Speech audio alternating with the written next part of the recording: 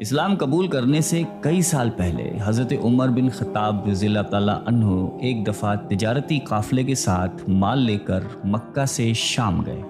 قافلے میں قریش کے کئی اور بڑے سردار بھی شامل تھے۔ یہ قافلہ شام کے سب سے بڑے شہر دمشق گیا اور وہاں اپنا مال بیچ کر مکہ واپس روانہ ہوا۔ تھوڑا سا فاصلہ طے کرنے پر حضرت عمر کو یاد آیا کہ ان کی ایک رشتہ دار خاتون نے انہیں کچھ سونا دیا تھا کہ اسے بیچ کر اس کے لیے کچھ کپڑے وغیرہ لیتے آئیں۔ انہوں نے اپنے قافلے کے ساتھیوں سے کہا کہ فلاں عورت کا کام کرنے واپس دمشق جا رہا ہوں، کوشش کروں گا کہ یہ کام کر کے جلدی واپس آ جاؤں۔ حضرت عمر دمشق واپس گئے تو بازار بند ہو چکے تھے۔ مجبوراً وہ ایک مسافر خانے میں ٹھہرے اور سو گئے۔ تھوڑی دیر کے بعد اللہ کا ایک بندہ مسافر خانے میں آیا۔ اس نے حضرت عمر کو جگایا اور اپنے ساتھ اپنے گھر لے آیا۔ یہ بات واضح نہیں تھی کہ وہ شخص حضرت عمر کو پہلے سے جانتا تھا یا ان کے والد خطاب سے ان کی واقفیت تھی۔ انہوں نے حضرت عمر کی بڑی خاطر و مدارت کی۔ کھانا کھا کر تو وہ سو گئے اور ان کا میزبان رات بھر عبادت کرتا رہا۔ صبح کو حضرت عمر بیدار ہوئے تو ان کے میزبان نے کہا کہ اکیلے بازار مت جانا، بازار میں لٹیرے اکثر مسافروں کو لوٹتے رہتے ہیں، میرے ساتھ چلنا۔ یہ کہہ کر وہ سو گیا کیونکہ رات بھر جاگ رہا تھا۔ حضرت عمر نے اسے جگانا مناسب نہیں سمجھا اور اکیلے ہی بازار چلے گئے۔ ابھی بازار کھلا بھی نہیں تھا، وہ بازار کھلنے کا انتظار کرنے لگے۔ کچھ دیر کے بعد ایک عیسائی پادری اپنے نوکروں کے ساتھ آیا اور حضرت عمر کی طرف اشارہ کر کے اپنے نوکروں کو حکم دیا کہ اس شخص کو پکڑ لو، یہ گرجے کا کام بہت اچھی طرح سے کر لے گا۔ اس زمانے میں حضرت عمر بڑے تنومند پہلوان تھے۔ پادری کے نوکروں نے اس کو پکڑ لیا اور ایک پرانے گرجے میں لے گئے۔ پادری نے اس کو ایک ہتھوڑا دیا اور اس کو گرجے کی ایک دیوار توڑنے پر لگا دیا۔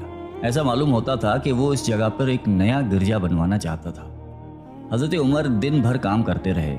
کہیں شام کو جا کر چھٹی ملی، وہ تھکے ہارے واپس مسافر خانے میں آ کر بیٹھ گئے۔ پہلے ہی دن والا نیک آدمی پھر آیا اور اس نے پوچھا کہ آپ کدھر چلے گئے تھے؟ حضرت عمر نے اسے سارا قصہ بتا دیا۔ وہ شخص آج بھی ان کو اپنے گھر لے گیا اور ان کی بڑی خاطر و مدارت کی اور انہیں تاکید کی کہ کل بازار جاتے وقت مجھے ساتھ لے جانا۔ اس کے بعد وہ عبادت میں مشغول ہو گیا اور حضرت عمر سو گئے۔ دوسرے دن حضرت عمر بیدار ہوئے تو اپنے نیک میزبان کو سوتے پایا۔ انہوں نے اب کی بار بھی اس کو جگانا مناسب نہیں سمجھا اور اکیلے ہی بازار چلے گئے۔ اتفاق سے پھر وہی پادری اپنے نوکروں کے ساتھ آیا اور حضرت عمر کو پکڑ کر ساتھ لے گیا۔ ان کو غصہ تو بہت آیا، لیکن کیا کرتے، غیر ملک میں وہ اکیلے تھے اور کوئی ہتھیار بھی پاس نہیں تھا۔ دوسری طرف پادری کے ساتھ 7-8 نوکر تھے اور وہ سب ہتھیار بند تھے۔ پہلے دن کی طرح ہی حضرت عمر ہتھوڑے کے ساتھ گرجے کی دیوار توڑتے رہے۔ جب دھوپ تیز ہوئی تو پادری اور اس کے نوکر انہیں کام میں مشغول دیکھ کر چلے گئے اور حضرت عمر دیوار کے سائے میں دم لینے کے لیے بیٹھ گئے۔ اتنے میں وہ پادری گھوڑے پر سوار چپکے سے آیا اور حضرت عمر کے سر پہ ضرب لگائی اور کہا کہ ہم سب گھر گئے تو نے کام ہی چھوڑ دیا۔ اب حضرت عمر کو صبر کی تاب نہ رہی۔ انہوں نے ادھر ادھر نظر دوڑائی، ہر طرف سناٹا تھا۔ انہوں نے پادری کو گھوڑے سے کھینچ کر نیچے کر لیا اور اس کے سر پر ہتھوڑے مارنا شروع کر دیے۔ وہ بہت چیخا چلایا لیکن اس کی مدد کے لیے کوئی نہیں پہنچا۔ حضرت عمر نے ٹوٹی ہوئی دیوار کا ایک بھاری ٹکڑا اٹھا کر اس کے سر پہ دے مارا۔ وہ پہلے ہی زخمی تھا، اب اس نے دم دے دیا۔ اس کو مرتے دیکھ کر حضرت عمر تیزی سے بھاگ کھڑے ہوئے اور جس راستے سے دمشق آئے تھے وہ راستہ چھوڑ کر ایک دوسرے راستے پر چل پڑے۔ شہر سے کافی دور انہیں ایک خچر پر سوار رومی ملا جو روم سے تعلق رکھتا تھا۔ وہ ان کے ساتھ چلنے لگا۔ وہ کچھ باتیں کرنے لگا لیکن نہ حضرت عمر ان کی زبان سمجھتے تھے اور نہ وہ ان کی زبان سمجھتا تھا۔ اس نے یکایک اپنی تلوار پر ہاتھ ڈالا۔ حضرت عمر سمجھ گئے کہ وہ ان پر وار کرنا چاہتا ہے۔ انہوں نے فوراً ہی خچر سے اسے کھینچ لیا اور اس سے تلوار چھین کر ایک ہی وار میں اس کا کام تمام کر دیا۔ پھر آپ خچر پہ سوار ہو کر آگے چلے۔ اس کے بعد کیا ہوا اس کا حال خود حضرت عمر نے اس طرح بیان کیا ہے کہ اس جگہ سے روانہ ہو کر میں ایک گرجے پہنچا۔ یہاں عیسائیوں کی ایک جماعت رہتی تھی۔ میں گرجے کے اندر داخل ہوا تو گرجے میں رہنے والے سب لوگ میرے ارد گرد جمع ہو گئے اور مجھ سے میرے حالات کے بارے میں پوچھنے لگے۔ پھر وہ اپنے پادری کے پاس مجھے لے گئے۔ پادری مجھے نہایت غور سے دیکھنے لگا اور اس کے بعد کہنے لگا کہ ایسا معلوم ہوتا ہے کہ تمہیں کسی چیز کا خوف ہے۔ میں نے کہا کہ تم نے کیسے اندازہ لگا لیا کہ مجھے کسی چیز کا خوف ہے؟ اس نے میرے سوال کو ٹال دیا اور کہا کہ آپ جب تک چاہیں یہاں ٹھہریں، آپ کو یہاں کسی قسم کا کوئی خطرہ نہیں، آپ ہماری حفاظت میں ہیں۔ پھر اس پادری نے مجھے اپنے گھر میں مہمان کی طرح رکھا اور میری نہایتی خاطر و مدارت کی، اور پھر پوچھا کہ آپ کون ہیں؟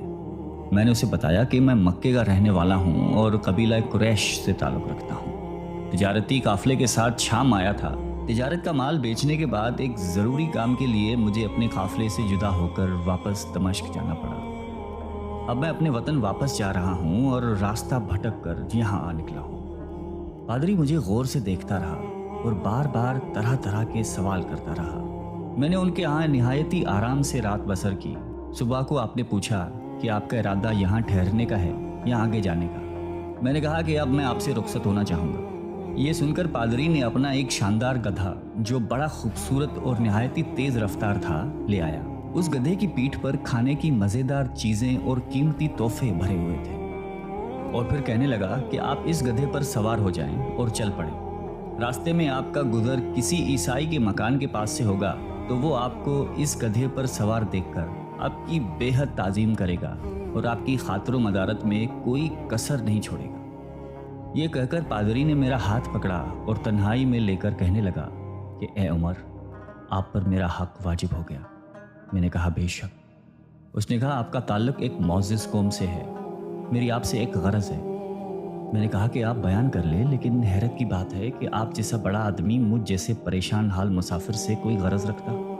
اس نے بڑے یقین بھرے لہجے میں کہا کہ سنیں، میں ایک ایسا آدمی ہوں جس سے اللہ نے آسمانی کتابوں کا علم عطا کیا ہے۔ میں نے آپ کی ذات میں بہت سی ایسی نشانیاں دیکھی ہیں جو یہ ظاہر کرتی ہیں کہ جب ایک مقررہ مدت پوری ہو جائے گی تو حالات میں زبردست تبدیلی آئے گی۔ اس وقت آپ ہمارے ملک کے حاکم بن جائیں گے اور یہاں کے سب شہروں میں آپ ہی کا حکم چلے گا۔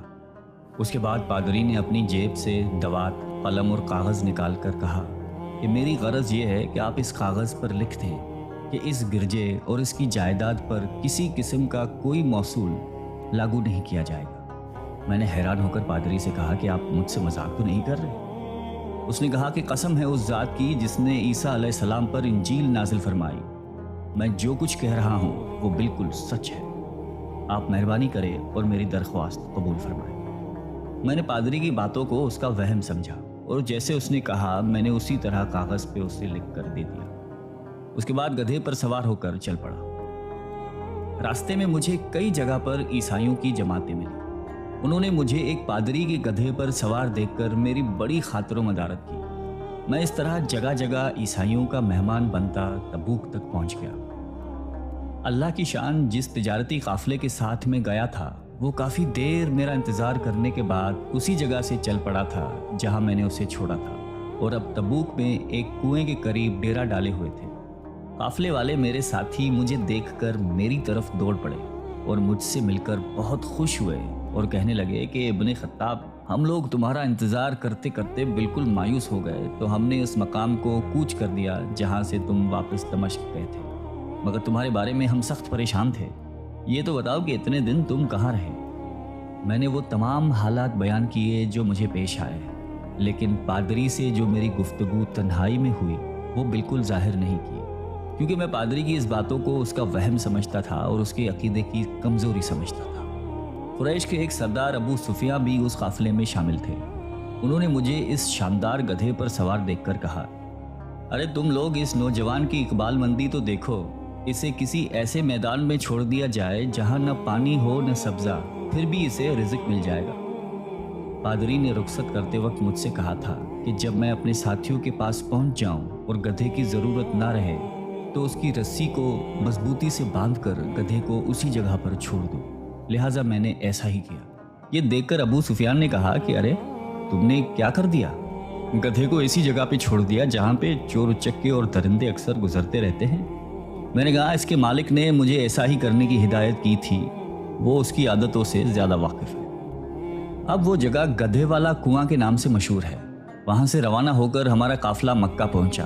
میری اور پادری کے درمیان جو گفتگو ہوئی تھی وہ مجھے بھلائے نہ بھولتی تھی۔ پہلے تو کئی دن تک میں نے اسے اپنے دل میں ہی رکھا، پھر مجھ سے ضبط نہیں ہوا اور یہ راز میں نے اپنے رشتہ دار خاتون کے سامنے ظاہر کیا جس نے مجھے سونا دیا تھا۔